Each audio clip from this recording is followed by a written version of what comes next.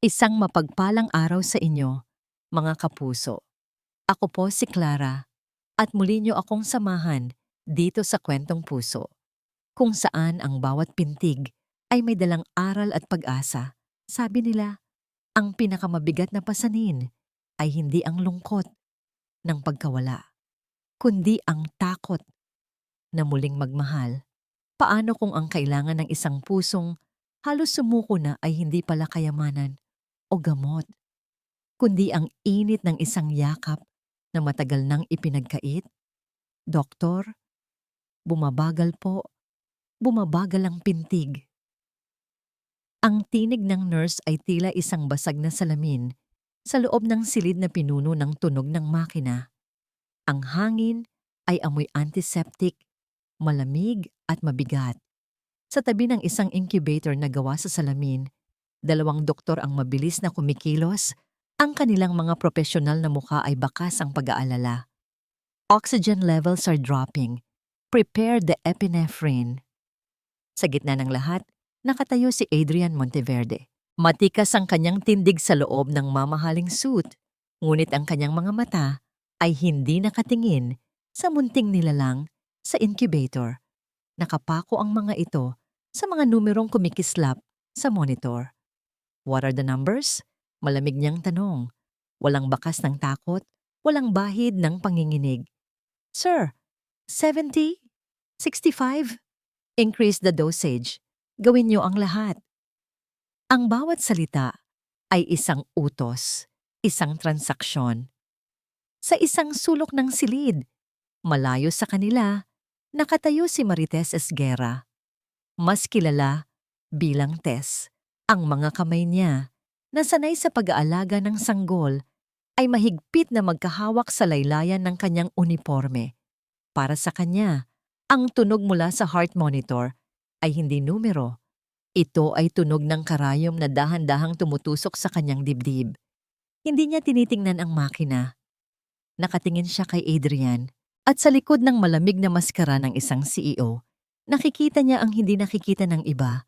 Isang lalaking takot na takot, isang amang nagtatago sa likod ng mga numero dahil hindi niya kayang harapin ang katotohanan. Hindi gamot ang kailangan ng bata, bulong ng kanyang puso, hindi makina. Bigla, ang mabagal na pintig ay napalitan ng isang mahaba, tuloy-tuloy na tunog. Isang tunog na pumuno sa buong silid at tila humigop sa lahat ng hangin. Flatline. Time of death. Nagsimulang sabihin ng doktor. Ang boses ay pagod at talunan. No. Isang salita lang mula kay Adrian. Ngunit sa pagkakataong ito, basag ang kanyang boses. Sa sandaling iyon, gumalaw si Tess. Ang kanyang mga paa ay tila may sariling isip. Mabilis na lumapit sa gawin nila. Tumigil siya sa harap ni Adrian at sa unang pagkakataon, tiningnan niya ito ng diretso sa mata. Walang takot.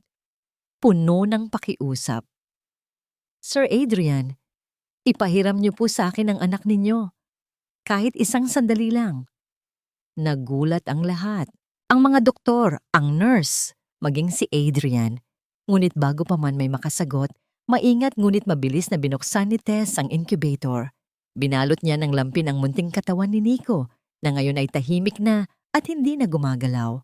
Ang balat ng sanggol ay maputla at malamig sa kanyang mga braso, ngunit hindi natinag si Tess. Inupo niya ito sa tumba-tumba sa gilid ng silid, ang tumba-tumba na binili pa ng yumaong asawa ni Adrian. Ikinulong niya si Nico sa kanyang mga bisig. Idinikit ang munting pisngi nito sa kanyang dibdib at nagsimulang kumanta. Hindi ito isang kantang maganda. Isa itong oyayi na kasing tanda ng mga ilog ng Iloilo. Isang himig na puno ng pag-asa at pangungulila. Bawat nota ay isang panalangin.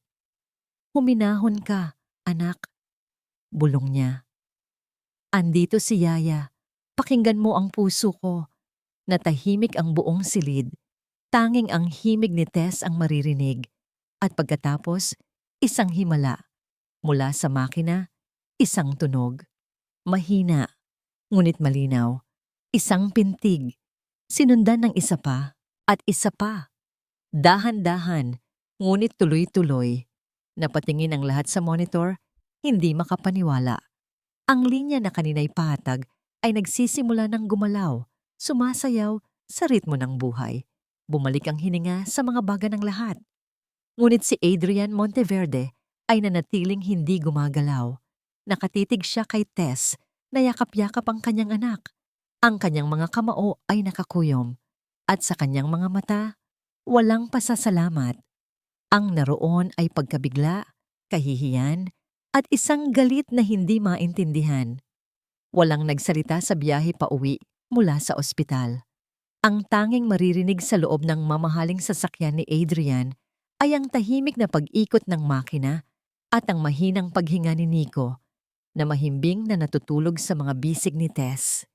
Si Adrian ang nagmamaneho, ang mga kamay ay mahigpit na nakakapit sa manibela, ang mga ugat sa kanyang braso ay bakat na bakat.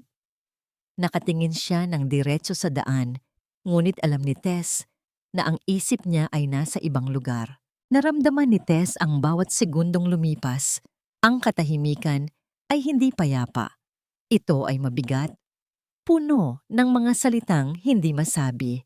Pinili niyang ituon ang kanyang buong atensyon kay Nico. Hinahaplos ang malambot nitong buhok. Inaamoy ang natatanging amoy ng isang sanggol. Siya ang munting angkla niya sa gitna ng isang dagat ng tensyon. Pagdating sa mansyon, si Manang Flora, ang matandang kasambahay na matagal nang naninilbihan sa pamilya, ang sumalubong sa kanila sa pinto. Kinuha niya ang baby bag mula sa kamay ni Tess, ngunit ang mga mata niya ay matalim. Nang makapasok na si Adrian sa kanyang study at isara ang pinto, hinarap ni Manang Flora si Tess. "Sumusobra ka na yata, Tess," sabi niya. Ang boses ay mahina, ngunit may diin. "Hindi mo ba alam kung saan ka lulugar? Yaya ka lang dito." Hindi nakasagot si Tess. Ang pagod mula sa ospital ay biglang bumalik. Mas mabigat kaysa dati. Yumuko na lamang siya. Ngunit pagkatapos ng ilang sandali ng katahimikan, naramdaman niya ang isang baso sa kanyang tabi. Inabot sa kanya ni Manang Flora ang isang baso ng maligamgam na tubig. Hindi siya tiningnan ng matanda sa mata. "Uminom ka," sabi lang nito bago tumalikod at pumasok sa kusina. Sa sumunod na 2 araw, tila naging multo si Tess sa loob ng mansyon. Si Adrian ay hindi siya kinakausap. Kung meron itong iuutos, ipinapadaan ito kay Manang Flora. Ginugol ni Tess ang kanyang oras sa nursery. Binabantayan ang bawat paghinga ni Nico na ngayon ay mas malakas na at may kulay na ang mga pisngi. Ang maliit na silid na yon ang naging buong mundo niya. Isang hapon, habang pinapatulog niya si Nico, isang itim at makintab na sasakyan ang huminto sa harap ng mansyon. Bumukas ang pinto at bumaba ang isang babaeng nakasuot ng isang puting-puting bestida na tila hindi nadudumihan. Maganda siya, matangkad, at ang bawat kilos niya ay puno ng kumpiyansa. Dire-diretso siyang pumasok sa bahay na tila pag-aari niya ito. Si Adrian, nakararating lang din mula sa opisina, ang sumalubong sa kanya. "Isabella," sabi ni Adrian. Ang boses ay may halong pagod at kung anong emosyon na hindi matukoy ni Tess. Hindi pinansin ng babae si Tess. Dumiretso ito kay Nico na nagising sa kanilang pagdating at marahang kinuha ito mula sa mga bisig ni Tess. Isang kilos na tila nagsasabing, "Akin siya." Hinalikan ni Isabella ang noo ng pamangkin bago humarap kay Adrian.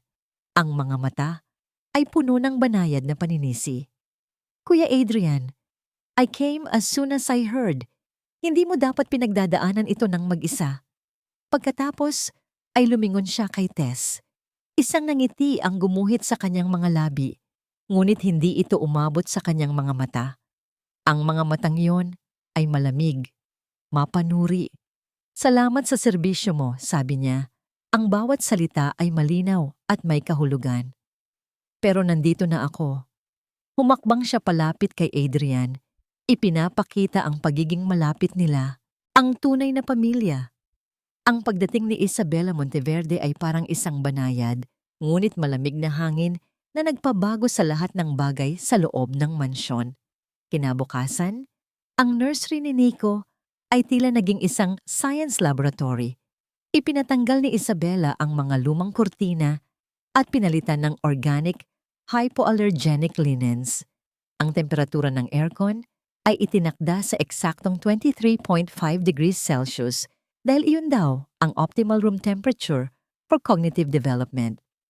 We need to be practical, Tess, sabi ni Isabela habang sinusuri ang mga gamit ni Nico. Ang kanyang mga daliri ay tila nangingilatis ng alikabok. Everything must be scheduled. His feeding, his nap time, even his exposure to sensory stimuli. I have it all here. Inilapag niya sa mesa ang isang makapal na folder na puno ng mga printout mula sa internet. Hindi tumutol si Tess. Tahimik siyang sumunod. Sinunod niya ang schedule. Ginamit niya ang mga bagong bote. Ngunit sa bawat pag-aalaga niya kay Nico, mayroon siyang idinadagdag na hindi nakasulat sa anumang papel. Kapag wala si Isabela, bago niya kargahin si Nico, palihim niyang ibinababad ang kanyang mga kamay sa maligamgam na tubig. Para sa kanya, ang unang pagdampi ng balat sa balat ay mahalaga. Ayaw niyang magulantang ang bata sa lamig ng kanyang mga kamay. Isang maliit na bagay na hindi kailanman maiisip ng isang taong nagbabasa lang mula sa libro. Si Adrian naman, sa unang pagkakataon sa loob ng maraming linggo, ay nakaramdam ng kaunting gaan. Nakikita niya si Isabela na abala sa pag-aasikaso kay Nico, naririnig niya ang mga technical terms na ginagamit nito at napapaniwala niya ang kanyang sarili na ito ang tama, na ito ang nararapat para sa kanyang anak. Mas madaling magtiwala sa siyensya kaysa sa isang himig o sa init ng isang yakap. Nagbibigay ito sa kanya ng dahilan para muling ilayo ang sarili, para bumalik sa kanyang trabaho, sa kanyang mundo ng mga numero at kontrata. Si Manang Flora lang ang tanging nakakakita sa lahat. Nakikita niya kung paano ngumingiti si Isabela kapag kaharap si Adrian at kung paano nawawala ang nangiting iyon kapag sila na lang ang naiiwan. Minsan, sinubukan niyang magbigay ng payo. Ma'am Isabela, baka po gusto ninyong subukan yung tsaa na gawa sa dahon ng manang, please. Putol ni Isabela. Hindi man lang ito tinitingnan. Let's stick to what is scientifically proven, okay? Mula noon, hindi na muling nagsalita si Manang Flora, ngunit ang kanyang mga mata ay nanatiling mapagmatyag, laging may bakas ng pag-aalala tuwing si Isabela ang nag-aalaga sa bata. Ang tensyon ay sumabog isang gabi. Oras na para sa gatas ni Nico. Ayon sa schedule, si Isabela mismo ang nagtitimpla ng gatas gamit ang isang imported at napakamahal na formula milk na siya mismo ang bumili. Akin na siya, sabi niya kay Tess. Inaagaw si Nico. Umupo si Isabela sa mamahaling silya at buong kumpiyansang inalok ang bote kay Nico. Ngunit umiling ang bata. Itinulak nito ang bote gamit ang munti nitong dila. Sinubukan ulit ni Isabela. Medyo pinuwersa, lalo lang umiyak si Nico. Isang iyak na puno ng gutom at pagkadismaya.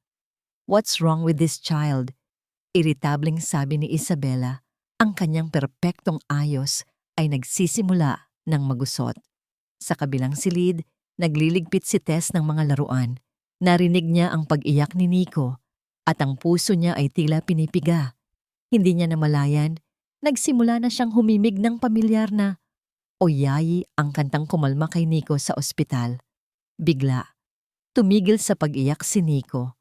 Ang kanyang munting ulo ay lumingon. Hinahanap ang pinanggagalingan ng himig. Ang kanyang mga mata, na puno pa ng luha, ay nakatingin sa direksyon ng pinto kung nasaan si Tess. Nakita yon ni Isabela.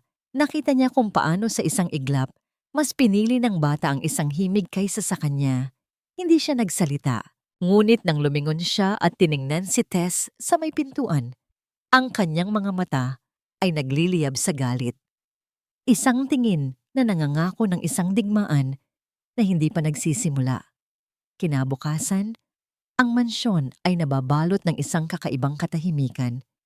Si Isabela, pagkatapos ng insidente sa bote ng gatas, ay umalis sandali.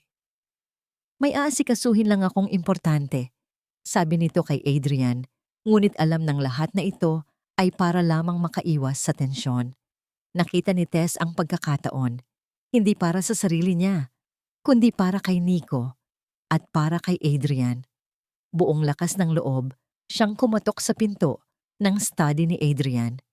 Isang lugar na tila may sariling hangganan na hindi dapat tawirin ng mga katulong.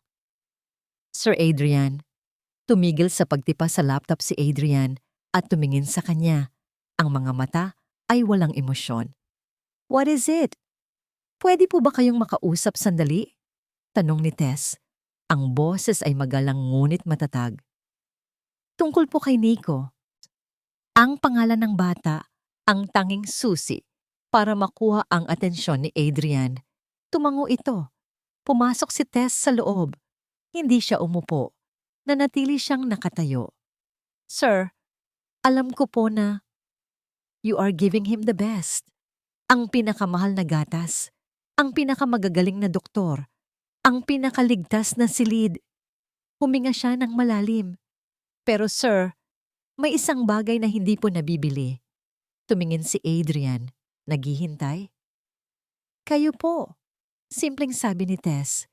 Hindi po schedule o formula ang kulang sa kanya, sir. Kayo po. Isang ugat ang gumuhit sa sentido ni Adrian. I am providing for him. I am here. Andito nga po kayo, sir. Malumanay na sagot ni Tess.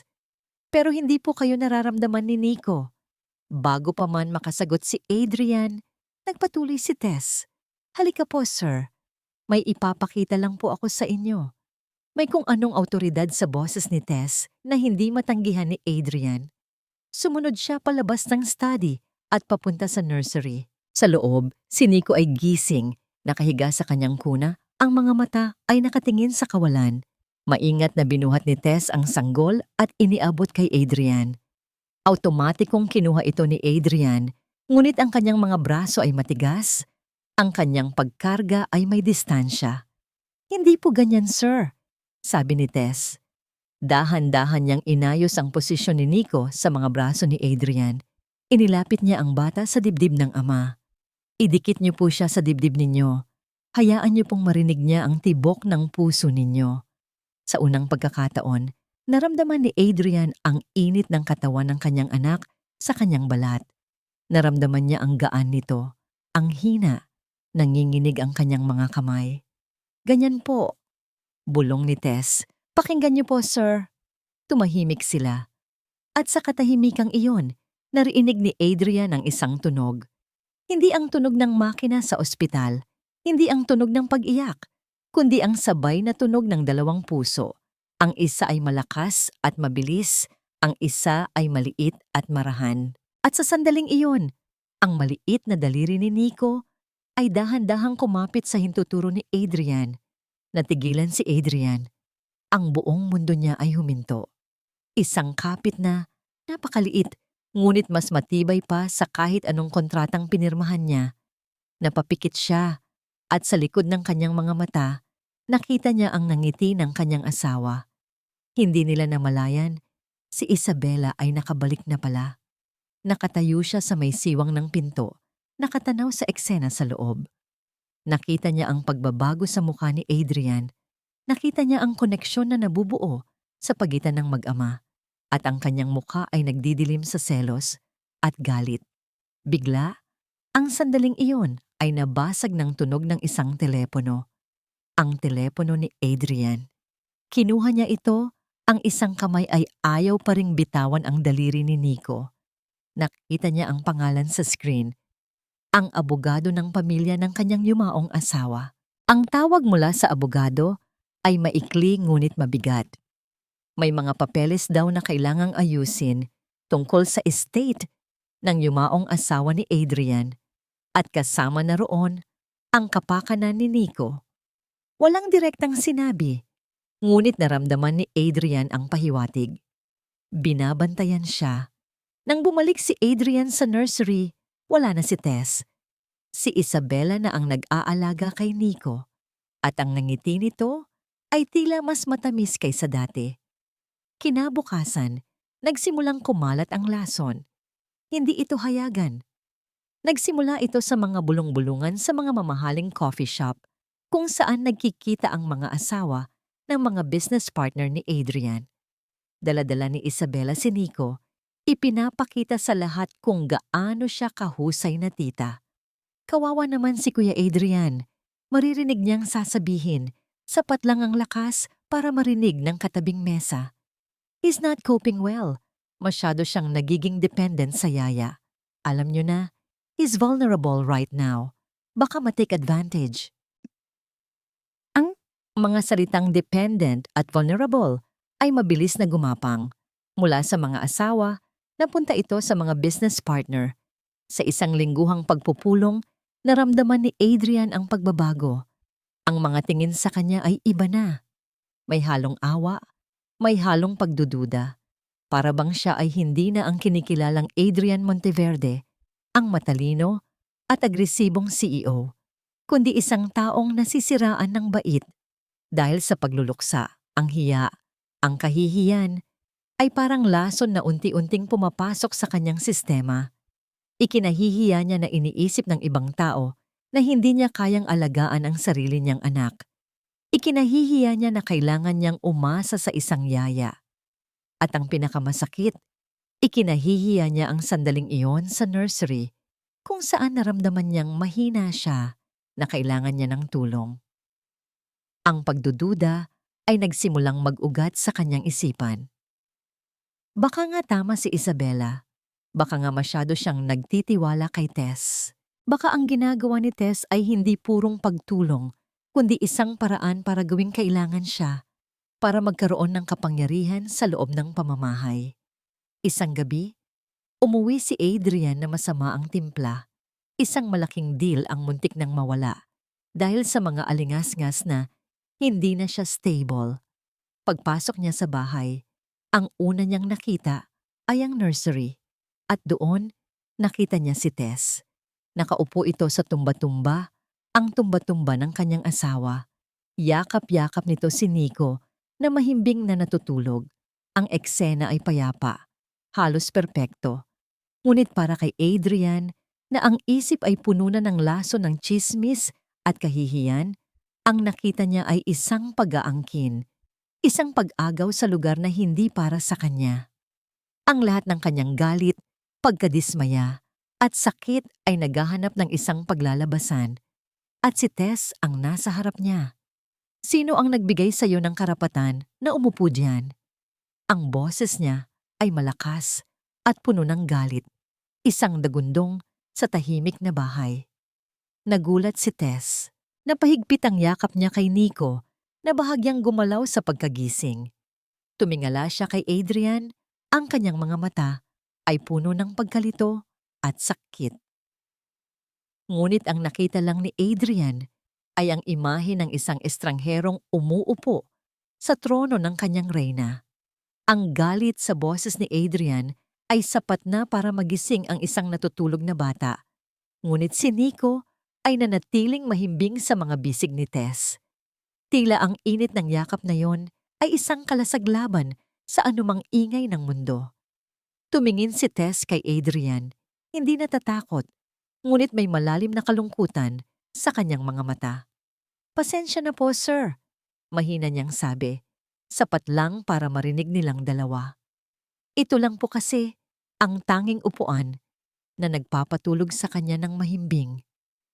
Ang simpleng paliwanag na yon, na walang bahid ng pagtatanggol sa sarili, ay tila isang balde ng malamig na tubig na ibinuhos kay Adrian.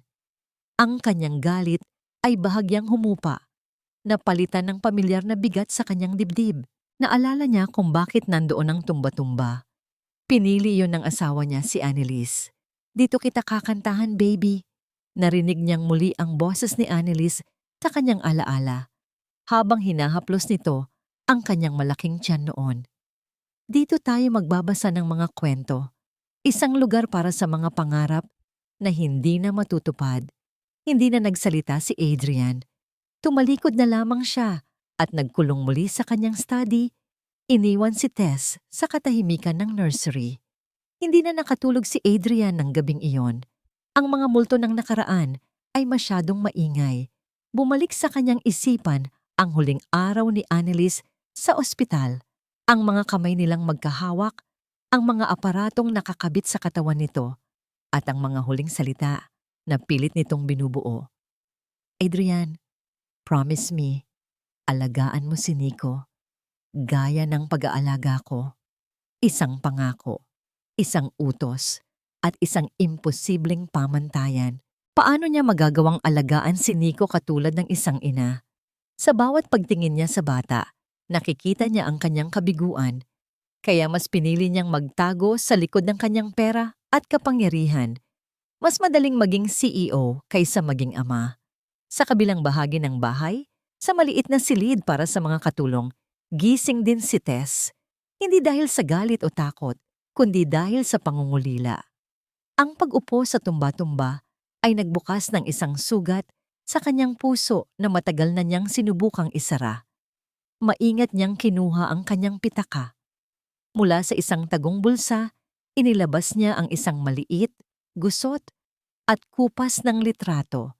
Isang litrato ng isang sanggol na nakabalot sa puting lampin, ang sarili niyang anak. Isang anghel na ipinahiram lang sa kanya ng langit sa loob ng 3 araw. Hinalikan niya ang litrato, isang luhang pumatak dito. Hindi ito nakikita ng sinuman, ngunit dala-dala ni Tess ang sarili niyang multo. Ang bawat pag-aalaga niya kay Nico ay isang paraan para muling buhayin ang pagmamahal na hindi niya naibigay ng buo sa sarili niyang anak. Ilang oras ang lumipas, hindi pa rin dinadalaw ng antok si Adrian. Bumaba siya para kumuha ng tubig. Pagdaan niya sa kusina, natigilan siya. Nakita niya si Tess, nakaupo sa simpleng upuan sa tabi ng mesa, umiinom ng mainit na tsa. Nagtama ang kanilang mga mata. Walang nagsalita.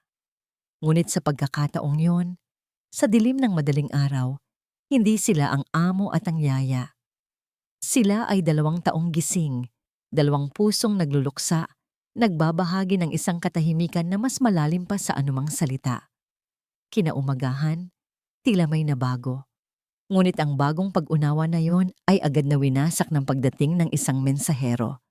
May dalang isang malaking brown na sobre para kay Adrian. Binuksan niya ito.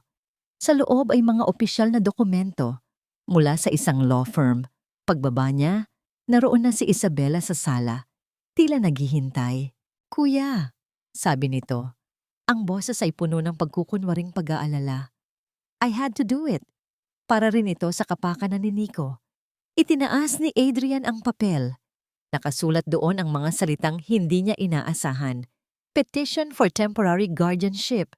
Ang mga salitang temporary guardianship ay umalingaw-ngaw sa isip ni Adrian na parang isang sentensya. Ito ay isang direktang sampal sa kanyang pagkatao. Isang deklarasyon sa buong mundo na siya ay isang amang walang kakayahan. "What is this, Isabella?" tanong niya. Ang boses ay kalmado, ngunit may panganib na nakatago sa ilalim. "Kuya, a family friend who is a lawyer, suggested it." Malumanay na paliwanag ni Isabella, ang kanyang mga mata ay nagpapahayag ng sinseridad. "It's just a formality. Para lang masigurado na legal ang pagtulong ko sa pag-aalaga kay Nico. Lalo na't, you know, you're going through a lot. This will protect you from people who might want to take advantage." Ang huling pangungusap ay isang patutsada na direktang nakatutok kay Tess. Sa sumunod na mga araw, ang mansyon ay naging isang korte. Bawat kilos ni Tess ay binabantayan. Bawat desisyon ay kailangang dumaan kay Isabella. Nawala na ang munting kapayapaan na kanilang naramdaman. Isang umaga, nagsimula ang bangungot. Pagkatapos ng unang bote ng gatas ni Nico sa araw na yon, bigla itong nagsimulang maging iritable. Maya-maya, nagsuka ito.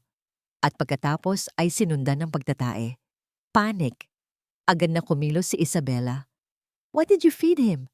Anong ginawa mo?" Sigaw niya kay Tess. puno ng akusasyon. Wala po, ma'am." Nanginginig na sagot ni Tess. "Gatas lang po. Yung gatas na tinimpla niyo kagabi." "Imposible. This is a top-of-the-line hypoallergenic formula." Giit ni Isabela. Agad niyang tinawagan ang kanyang pribadong doktor, isang pediatrician na kilala sa alta sosyedad. Dumating si Adrian mula sa opisina na naabutan ng kaguluhan. Nakita niya ang kanyang anak na namumutla at nanghihina, si Tess na takot sa isang sulok, at si Isabela na kumokontrol sa sitwasyon. Dumating ang doktor. Pagkatapos suriin si Nico, umiling ito. "It seems to be a case of food contamination. Mild, but for a baby this young, it's serious. Dapat maging mas maingat sa hygiene. Baka hindi na sterilize ng maayos ang bote. O baka may na-contaminate sa paghahanda ng gatas." Ang mga salita ng doktor, bagamat walang direktang tinutukoy, ay parang isang hatol na bumagsak sa balikat ni Tess. Siya ang laging naghahanda ng gamit ni Nico. "I knew it," bulong ni Isabela. Sapat lang para marinig ni Adrian. Hindi na siya dapat pinagkakatiwalaan.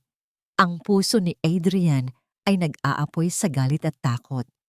Ang tanging mahalaga sa kanya sa sandaling iyon ay ang kaligtasan ng kanyang anak.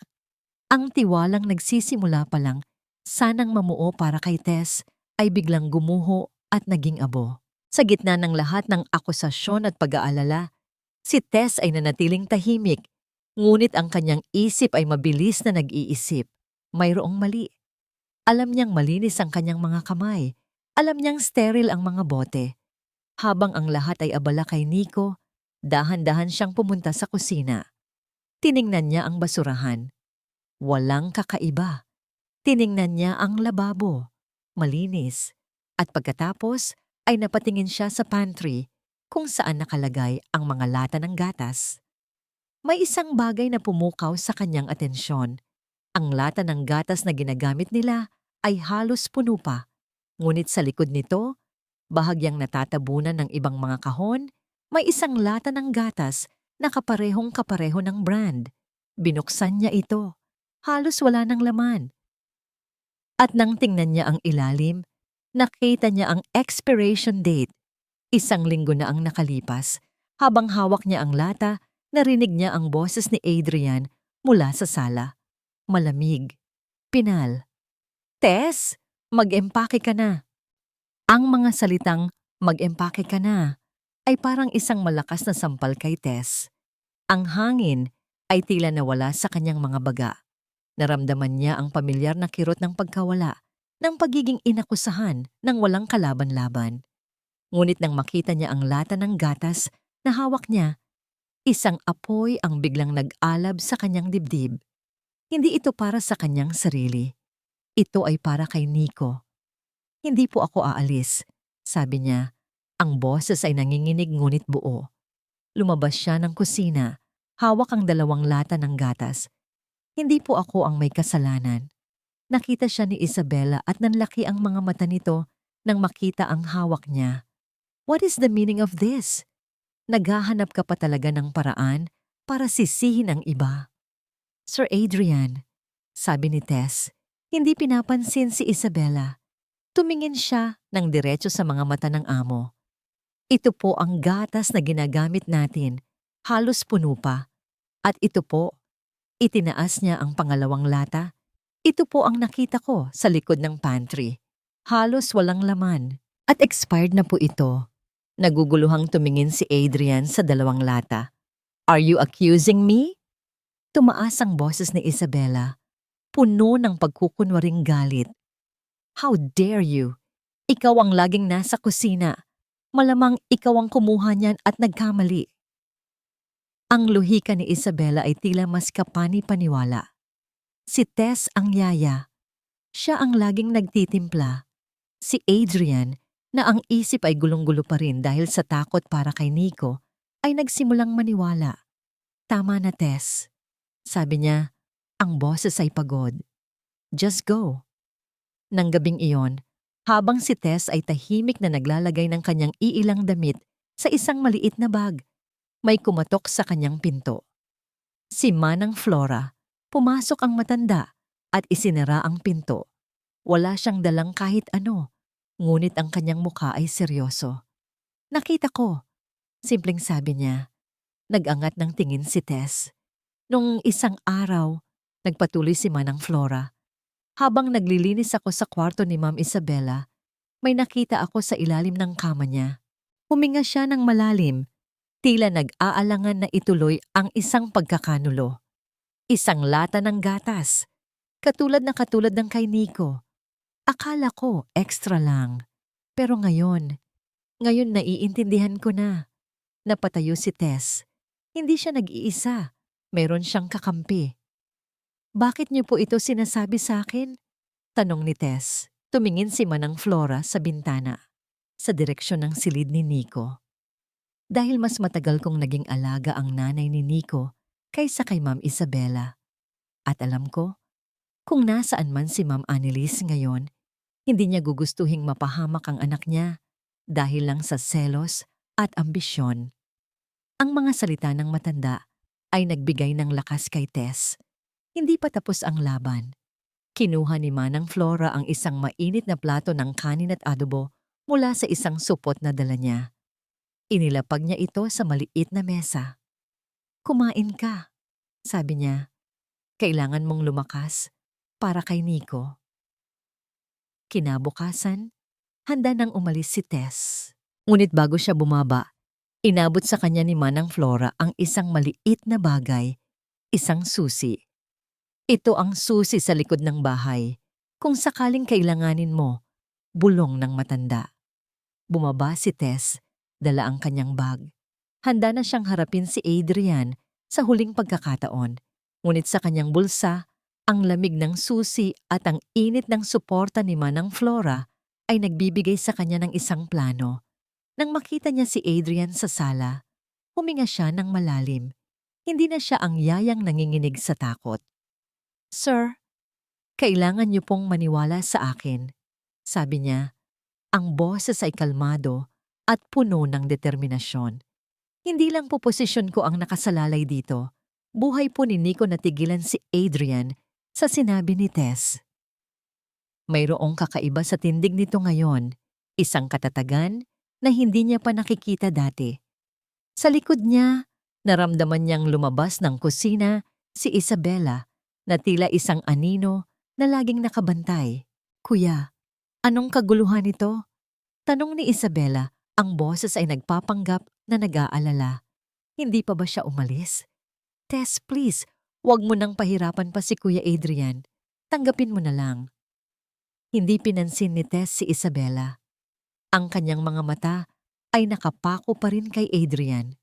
Sir, alam ko po kung ano ang iniisip ninyo. Isa lang akong yaya. At kapatid siya ng asawa ninyo. Pamilya. Ang bawat salita ni Tess ay tila tumitimbang sa hangin. Pero pakiusap, sir. Isipin niyo po si Nico. Kung may nangyari sa kanya at hinayaan niyo lang na may managot na ibang tao, makakatulog po ba kayo ng mahimbing sa gabi? Ang tanong na yon ay isang direktang sibat sa konsensya ni Adrian dahil iyon mismo ang bumabagabag sa kanya. Ang pagdududa, ang paano kung. Nakita ni Isabela ang pag-aalinlangan sa mukha ni Adrian.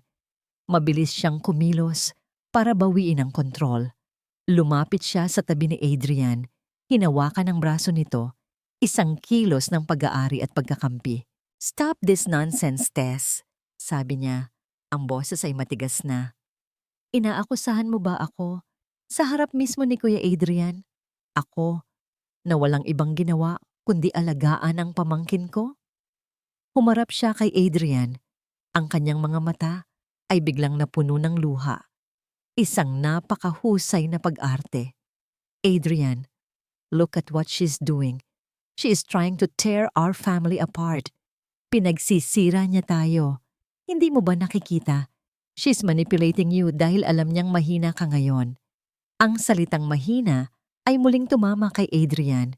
Iyon ang salitang kinamumuhian niya. Ngayon, si Tess naman ang tiningnan ni Isabela. Ito na lang, Adrian, para matapos na ito. Ang boses niya ay naging malamig at mapaghamon. It's either her or me. Mamili ka. Ang ultimatum ay binitiwan. Ang linya ay iginuhit sa buhangin. Ang yaya o ang pamilya? Natahimik ang buong mansyon. Maging ang pag-ikot ng bentilador sa kisame ay tila huminto. Ang bigat ng pagpili ay nakapatong lahat sa balikat ni Adrian. Sa isang banda, si Isabela, pamilya, dugo. Ang kapatid ng babaeng minahal niya. Ang pagpili sa kanya ay ang madaling daan, ang ligtas na daan, ang paraan para matigil na ang mga tsismis at ang gulo. Sa kabilang banda, si Tess, isang estranghero, isang hamak na yaya na pinagdududahanan ng lahat. Ngunit siya rin ang babaeng kumanta para muling tumibok ang puso ng kanyang anak. Siya ang babaeng nagturo sa kanya kung paano kumapit sa daliri ng sarili niyang sanggol. Napapikit si Adrian at sa dilim, isang imahe ang kanyang nakita. Hindi ang mukha ni Isabela na umiiyak, hindi ang mga matang mapanghusga ng kanyang mga kasosyo. Ang nakita niya ay si Nico, mahimbing na natutulog sa mga bisig ni Tess. Ang imahe ng kapayapaan, ang imahe ng tiwala. Dahan-dahan niyang iminulat ang kanyang mga mata. Tiningnan niya muna si Tess, pagkatapos ay si Isabela. Ang kanyang mukha ay kalmado. Ang kanyang desisyon ay nabuo na sa wakas. Huminga siya ng malalim. May sagot na ako. Hindi agad sinabi ni Adrian ang kanyang sagot. Sa halip, marahan niyang inalis ang kamay ni Isabela sa kanyang braso. Isang maliit na kilos, ngunit puno ng kahulugan. Nanigas si Isabela. Manang Flora, tawag ni Adrian. Ang boses ay malinaw at may awtoridad. Lumabas mula sa kusina si Manang Flora. Tila naghihintay lang sa tawag na yon. Pakibuksan ang TV sa sala at i-play mo ang file na may pangalang Nursery Cam Last Night, utos ni Adrian. Namutla si Isabela. Nursery Cam? What nursery cam? Adrian, what is this? Hindi siya pinansin ni Adrian. Tumingin lang siya sa malaking screen ng telebisyon. Ilang sandali lang, lumabas ang isang imahe. Ang pamilyar na itsura ng silid ni Nico. Kuha mula sa isang anggulo sa itaas. Ang oras na nakatatak sa screen ay 11:47 p.m. ng nakaraang gabi. Sa video, walang tao sa silid. Ngunit pagkatapos ng ilang segundo, dahan-dahang bumukas ang pinto. Pumasok ang isang anino. Pumasok si Isabela. Maingat niyang isinara ang pinto at lumingon-lingon. Tinitiyak na walang nakakakita. Pagkatapos ay dumiretso siya sa maliit na mesa kung saan nakahanda ang mga gamit para sa gatas ni Nico. Sa video, malinaw na makikita kung paano niya kinuha ang lata ng gatas na ginagamit ni Tess. Maingat niyang inilagay iyon sa sahig. Pagkatapos ay may kinuha siya mula sa bulsa ng kanyang damit. Isang maliit, halos walang laman na lata ng gatas na kaparehong-kapareho. Ito ang ipinalit niya sa pwesto ng orihinal na lata. Mabilis, walang bakas, at tumpak ang kanyang mga kilos. Bago siya lumabas, kinuha niya ang orihinal na lata at itinago ito sa ilalim ng kanyang damit. Tumigil ang video. Natahimik ang buong sala. Ang tanging maririnig ay ang mabilis na paghinga ni Isabela. Ang kanyang mukha, na kanina'y puno ng luha at pagkukunwari, ay ngayon ay isang maskara ng purong gulat at takot. Tumingin si Tess kay Adrian, hindi makapaniwala. May kamera pala. Sa buong panahon, I had it installed weeks ago, sabi ni Adrian. Sinasagot ang tanong sa mga mata ni Tess. Ngunit ang tingin niya ay nakatutok kay Isabela na parang isang hukom. Para makita ko si Nico kahit nasa opisina ako. Ang teknolohiyang inilagay niya para sa kapayapaan ng kanyang isip ang siya palang nagbunyag ng katotohanan. Adrian, Kuya Oha, it's not what it looks like. Nautal na sabi ni Isabela. Ang utak ay desperadong naghahanap ng isang palusot. I was just checking the supply. Baka naubusan na, kaya pinalitan ko. Oo, tama. Pinalitan ko. Pinalitan mo ng expired na gatas? Tanong ni Adrian. Ang boses ay malamig na parang yelo. Naubusan ng sasabihin si Isabela. Wala na siyang lusot. Ang kanyang perpektong mundo ay gumuho sa loob lamang ng ilang minuto. Sa desperasyon, ang kanyang takot ay naging galit. Itinuon niya ang lahat ng yon kay Tess. Kasalanan mo ito. Sigaw niya si Lenya. Itinuturo si Tess. Kung hindi ka dumating, hindi ito mangyayari. Maayos kami. Tahimik ang buhay namin. Pagkatapos ay humarap siyang muli kay Adrian. Ang kanyang mga mata ay nag-aapoy sa isang uri ng kabaliwan. Wala na siyang pakialam sa pera o sa guardianship. Ang tanging mahalaga na lang ay saktan si Adrian sa paraang alam niyang pinakamasakit. Kaya mo siya pinagtatanggol kasi nahuhulog ka na sa kanya. Ang kanyang sigaw ay umalingaw-ngaw sa buong bahay. Inaagaw niya ang pwesto ng kapatid ko sa bahay na ito at sa puso mo. You are replacing my sister with this nobody. Ang akusasyon ni Isabela ay tila isang bombang sumabog sa gitna ng sala. Napatingin si Tess kay Adrian. Ang kanyang mukha ay puno ng gulat at kahihiyan. Si Manang Flora ay napahawak sa kanyang dibdib. Kahit sino ay mabibigla sa bigat ng mga salitang binitiwan. Pinalitan mo ang kapatid ko. Paulit-ulit na sigaw ni Isabela. Ang kanyang boses ay basag na sa galit at pagtangis. Ganoon lang ba kadali para sa'yo? Nakalimutan siya. Lahat ay naghihintay sa isasagot ni Adrian. Ang inaasahan ng lahat ay isang mabilis na pagtanggi. Isang galit na pagtatanggol sa kanyang sarili. Ngunit hindi iyon ang ginawa ni Adrian. Huminga siya ng malalim, isang hininga na tila nagmula pa sa kaibuturan ng kanyang kaluluwa. Tiningnan niya si Isabela at sa unang pagkakataon, walang bakas ng galit sa kanyang mga mata. Ang naroon ay isang malalim, nakakapanghinang kalungkutan. Hindi mo na iintindihan, Isabela, sabi niya. Ang boses ay mahinahon, ngunit may bigat na parang bato. Ano ang hindi ko naiintindihan? Hindi ko siya pinapalitan, sabi ni Adrian.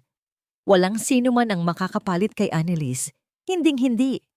Humarap siya sa lahat, kay Isabela, kay Manang Flora, at lalo na kay Tess. Ito na ang sandali ng kanyang pag-amin. Hindi sa isang krimen, kundi sa isang katotohanang matagal na niyang itinatago sa kanyang sarili. Alam mo ba kung ano ang naramdaman ko noong namatay si Annalise? Nagpatuloy siya. Wala. Manhid. Dahil mas madaling maging manhid kaysa maramdaman ang sakit. Alam mo ba kung ano ang ginawa ko noong unang umuwi si Nico mula sa ospital? Nagkulong ako sa opisina. Dahil sa tuwing tinitingnan ko siya, hindi ko nakikita ang anak ko. Ang nakikita ko ay ang lahat ng nawala sa akin. Ang kanyang boses ay nagsimulang manginig, hindi dahil sa galit, kundi dahil sa sakit na sa wakas ay pinapakawalan na niya. Tinuruan ko ang sarili ko na huwag makaramdam. Binuhos ko ang lahat sa pera, sa mga doktor, sa mga gamit. Dahil duwag ako. Dahil takot akong maging ama sa kanya. Dahil paano kung mabigo ako? Paano kung hindi ko magawa ang ipinangako ko sa nanay niya? Naglakad siya papalapit kay Tess, ngunit ang kanyang mga mata ay nanatiling nakatingin kay Isabela. Ang babaeng ito, sabi niya, ang kanyang tinig ay nagbago. Puno ng isang emosyon na hindi pa naririnig ng sino man mula na sa kanya.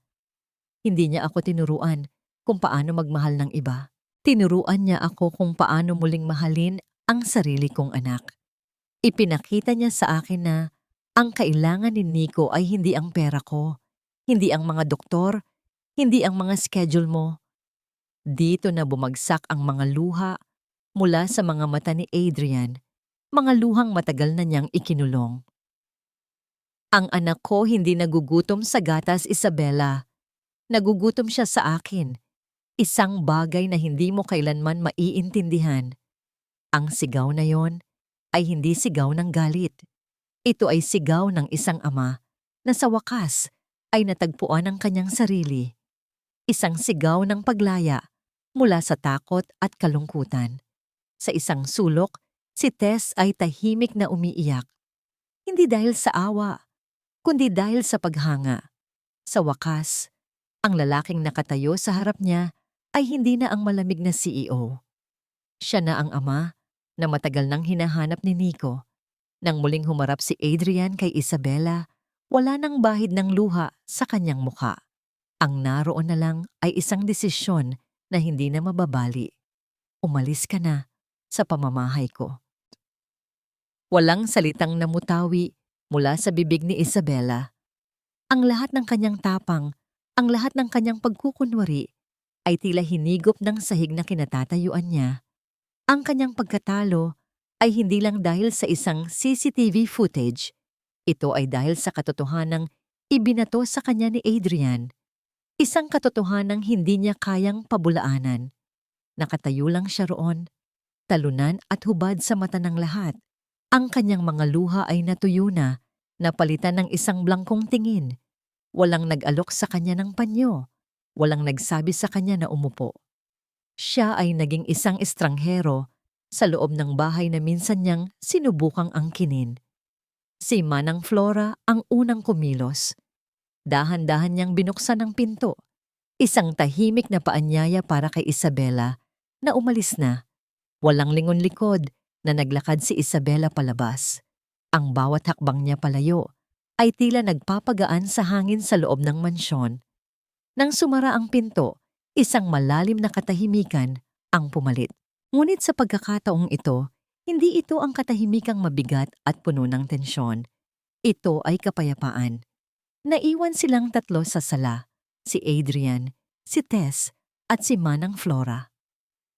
Si Adrian ay nakatayo pa rin. Ang kanyang mga balikat ay tila nabawasan ng isang hindi kapani-paniwalang bigat. Dahan-dahan siyang lumingon kay Tess. Ang kanyang mga mata, na ngayon ay malinaw na mula sa luha, ay puno ng isang emosyon na mahirap isalarawan. Isang halo ng pasasalamat, hiya at paggalang. Tess, patawarin mo ako, sabi niya. Ang boses ay halos isang bulong. Sa lahat ng pagdududa, sa lahat ng masasakit na salita. Hindi ito ang paghingi ng tawad ng isang amo. Ito ay pagpapakumbaba ng isang tao sa kapwa niya. Umiling lang si Tess. Isang maliit na ngiti ang sumilay sa kanyang mga labi. Naiintindihan ko po, sir. Huwag mo na akong tawaging sir, sabi ni Adrian. Adrian, tawagin mo akong Adrian. Naglakad siya papunta sa kusina at bumalik na may dalang isang sobre. Inabot niya ito kay Tess. Bonus mo. At dinagdagan ko na rin ang sahod mo, doble. Tiningnan ni Tess ang sobre ngunit hindi niya ito kinuha. Hindi ko po kailangan yan, sir. Adrian, sabi niya, may kaunting pag-aalinlangan sa pagbigkas ng pangalan. Ang trabaho ko po ay alagaan si Nico. Ginawa ko lang po ang trabaho ko. Pero higit pa sa trabaho ang ginawa mo, Tess. Iniligtas mo siya. Iniligtas mo ako. Kung gayon po, sabi ni Tess, tumingin ng diretso sa mga mata ni Adrian. May isa lang po akong hihilingin kung papayag kayo. Kahit ano. Hayaan niyo po akong manatili, sabi ni Tess. Hindi po dahil sa sahod. Gusto ko lang pong makita siyang lumaki. Gusto ko lang pong masigurado na magiging maayos siya. Ang hiling na yon, isang hiling na hindi nabibili ng pera, ang pinakamatamis na regalong natanggap ni Adrian. Ngumiti siya. Isang tunay na ngiti na tila ngayon lang muling lumitaw sa kanyang muka. Salamat, Tess. Kinagabihan, ang mansyon ay tahimik. Ngunit ito ay isang bagong uri ng katahimikan. Sa nursery, si Nico ay natutulog ng mahimbing sa kanyang kuna. Sa tabi niya, sa sahig, nakaupo si Adrian, nakasandal sa kuna, binabantayan ang paghinga ng kanyang anak. Maya-maya, pumasok si Tess na may dalang-dalawang tasa ng mainit na tsa. Inabot niya ang isa kay Adrian nang hindi nagsasalita. Umupo siya sa tumba-tumba, ilang talampakan ng layo mula kay Adrian. Walang nagsalita. Uminom lang sila ng kanilang tsa Habang pinapanood ang natutulog na anghel sa kuna, hindi na kailangan ng mga salita. Sa pagitan nila ay isang ugnayan na nabuo mula sa sakit, pinagtibay ng katotohanan, at pinagkaisa ng pagmamahal para sa isang munting bata, isang pamilya, hindi sa dugo, kundi sa puso. Isang pamilya na dumaan sa bagyo at sa wakas ay natagpuan ng kapayapaan, ngunit ilang buwan ang lumipas, isang sulat ang dumating. Mula kay Isabella, nag-alinlangan si Adrian. Hindi niya alam kung dapat ba niya itong buksan o hayaan na lang manatili sa nakaraan ng lahat. At doon, sa hardin ng kanilang bagong simula, ang tanging musika na maririnig ay ang pintig ng mga pusong natutong magtiwala, magpatawad at muling umibig. Mula sa kaibuturan ng aking puso, isang taos-pusong pasasalamat sa inyong paglalakbay kasama sina Adrian, Tess, at ang munting si Nico. Habang isinusulat ko ang kwentong ito, hindi ko maitago na ang pinakamabigat na bahagi para sa akin ay ang eksena kung saan inamin ni Adrian ang kanyang takot bilang isang ama. Ramdam na ramdam ko ang bawat bigat ng kanyang salita, ang bawat luhang matagal niyang itinago. Ang istoryang ito ay hango sa inspirasyon ng mga tahimik na bayani sa ating paligid, mga taong nagbibigay ng pagmamahal na walang hinihintay na kapalit, at mga pusong sugatan na naghahanap ng lakas para muling tumibok. Dahil sa huli, ang bawat isa sa atin ay may dalang munting ilaw ng pag-asa, at ang pagpapatawad, lalo na sa ating sarili, ang siyang nagbibigay liwanag sa pinakamadilim na kabanata ng ating buhay. Kaya naman, iiwan ko sa inyo ang isang tanong. Ikaw, kung nasa kalagayan nila, kaya mo bang patawarin ang taong lubos na nakasakit sa'yo upang bigyan ng kapayapaan ang sarili mong puso? Ibahagi niyo po ang inyong mga saloobin sa comment section sa ibaba. Ang inyong mga kwento at pananaw ay mahalaga. At kung ang kwentong ito ay umantig sa inyo, huwag po kayong mag-atubiling i-like, i-share, at mag-subscribe sa ating channel, Ang Kwentong Puso. Ang kwentong inyong napakinggan ay ang pintig ng pag-asa. Isinalaysay ng inyong lingkod, Clara.